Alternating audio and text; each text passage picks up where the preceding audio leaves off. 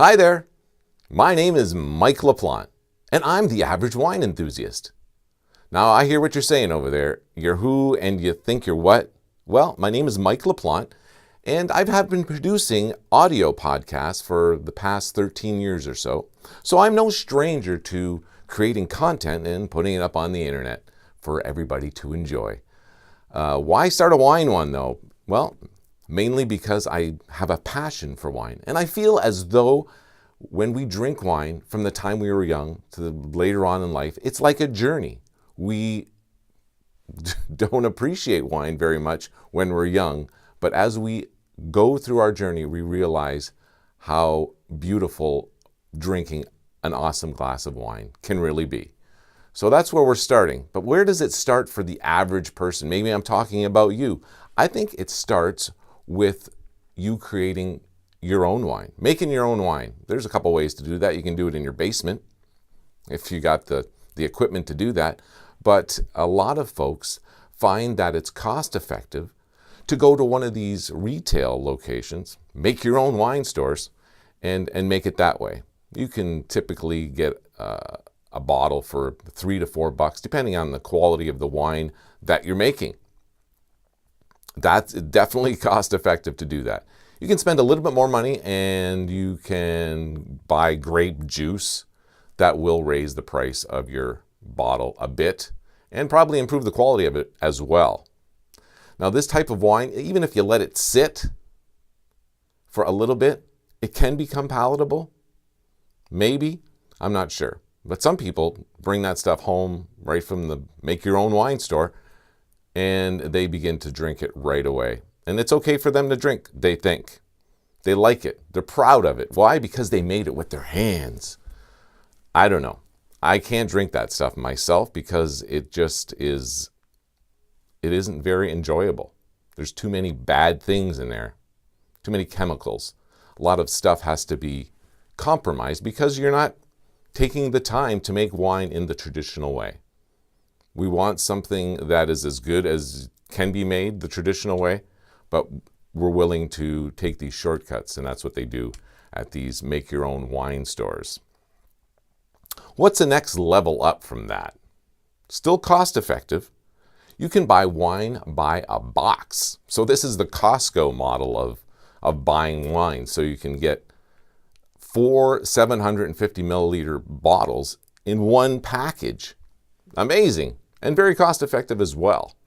I don't know the prices of these boxes of wine, but it's under $10 per bottle for sure.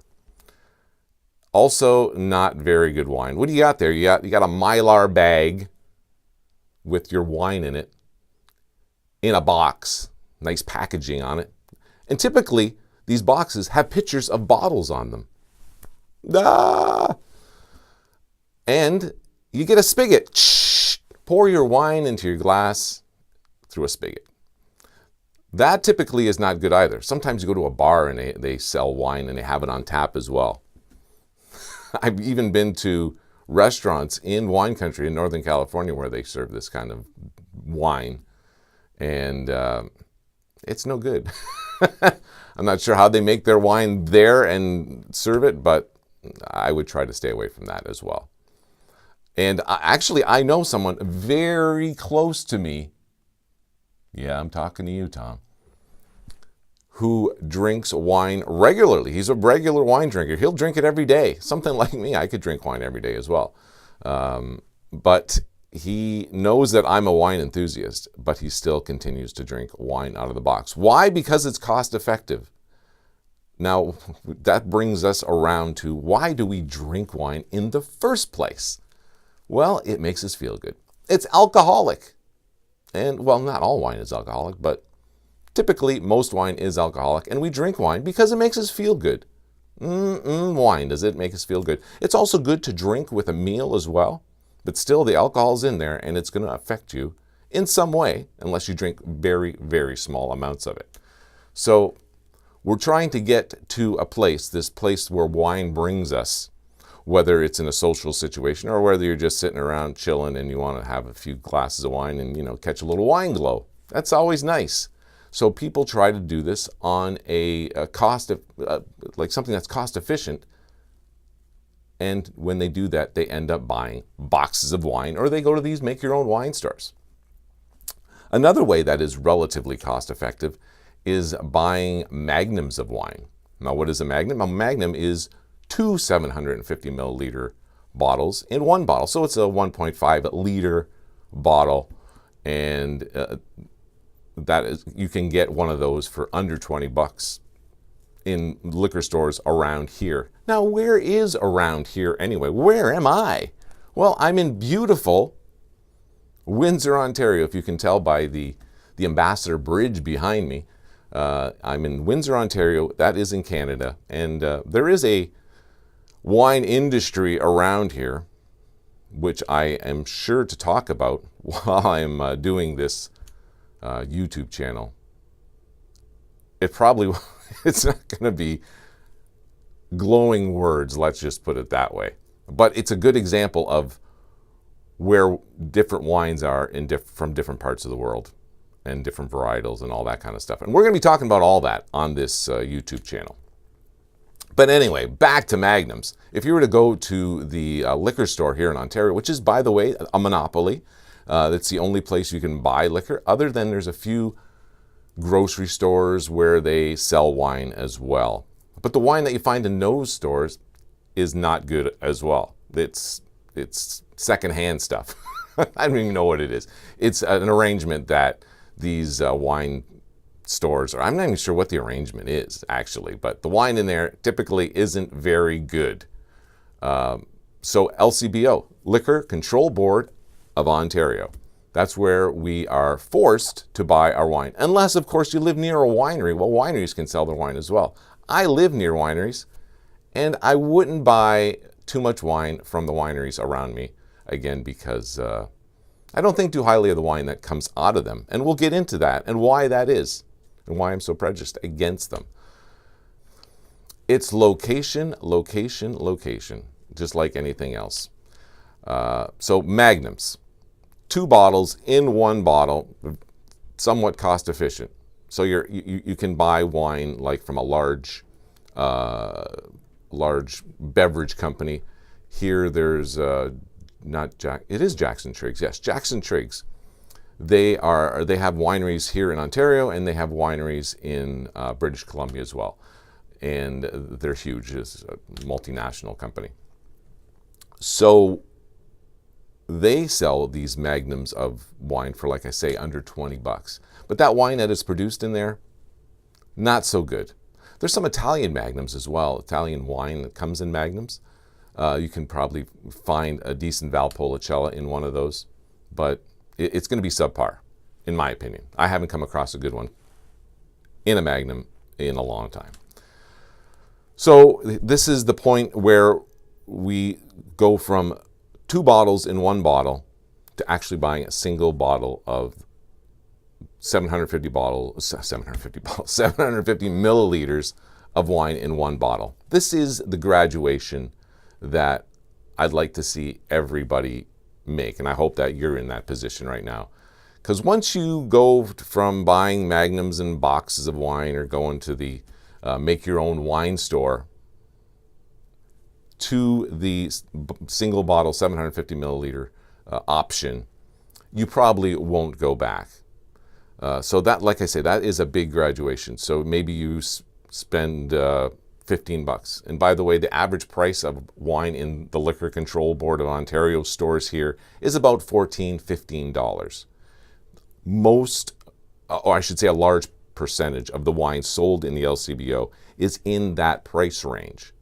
That is the median price for a bottle of wine. Can you buy a bottle of wine there for $200, $500? Yes, you can. Can you get a $10 bottle of wine in the LCBO? Yes, you can. But the majority of them, I shouldn't even say the majority, just a large percentage.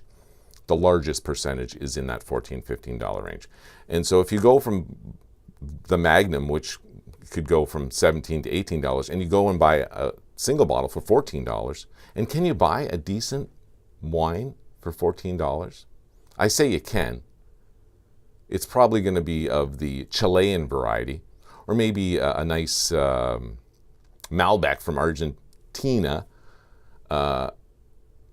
those are cheaper, which makes me think the local prices for, a Carmenere in Chile or Malbec in Argentina must be really inexpensive, because those folks are selling their wine for, less than $15 a bottle.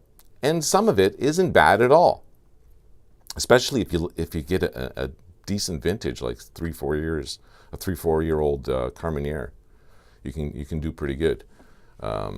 So if you do that, you go from the Magnum, get yourself a nice $14 bottle of Malbec. You'll probably never go back to the Magnum or the box or the make your own wine thing, which is a good thing, because that's where we're going to take you from that point. That in itself is a journey, because I know I made those concentrate kits at a make your own wine store. Did I like it? I didn't. Initially, I didn't like it. I put it away. And then, I thought it would get better with time. And I suppose it did get a little bit better with time. But I just couldn't take any pride in that wine. I made it with my own hands. I poured the juice and the powder and all the other stuff in. But still, that didn't make me like the wine anymore. So then, sure enough, I went to the box. I think I bought one box in my life. And it gave me such a bad headache. Then I realized, wait a minute, there's stuff in that box that isn't supposed to be in there. My body is not reacting well to the stuff in a box of wine, which made perfect sense. For centuries, we've been putting wine in bottles. Well, then that maybe should be where I get my wine. But anyway, I'm digressing there a little bit. So what I would like you to take from this is buy single bottles of 750 milliliter bottles of wine. So yeah, if you're taking anything away from today's inaugural show, that is, stay away from the make your own wine store wines, the box wine, and even Magnums that come from large beverage companies. Now a little bit more about this show here and what I'm doing. I meant to start this channel many months ago, but there's things in my life that have happened that prevented me from doing so. I wanted to create a few pilots, maybe let a few folks see these pilots, but that didn't happen. Life got in the way. Health reasons, family reasons, whatever. I'm here today and I'm just throwing this show out because I got to start somewhere. So it may be a little rough, and I can guarantee you these shows will get better as time goes on, and we'll be talking about corkscrews and bottles and even corks. We're even going to talk about corks, different varietals, everything that you can possibly imagine about wine. We're going to talk about it, and you're going to learn something on every single show that I put out. Guarantee it. However, I'm not talking to sommeliers. I'm talking to guys just like myself, average guys who would like to up their knowledge a little bit on wine, who don't, they don't want to become sommeliers themselves or some kind of wine expert. But as you progress through your journey through drinking wine, you'll find that you enjoy it more and more, and you can make informed buying decisions based on some of the information that I've given you. Well, I hope that you enjoyed today's show. If you didn't, I understand. But hopefully we'll see you again. I like to do these shows once a week. That's going to be my goal to do this. I do have a day job that I need to tend to, but I do have time to do this show, and hope to see you next week when I have a new show, and we'll learn something new then. Thanks a lot for listening. I'm the Average Wine Enthusiast.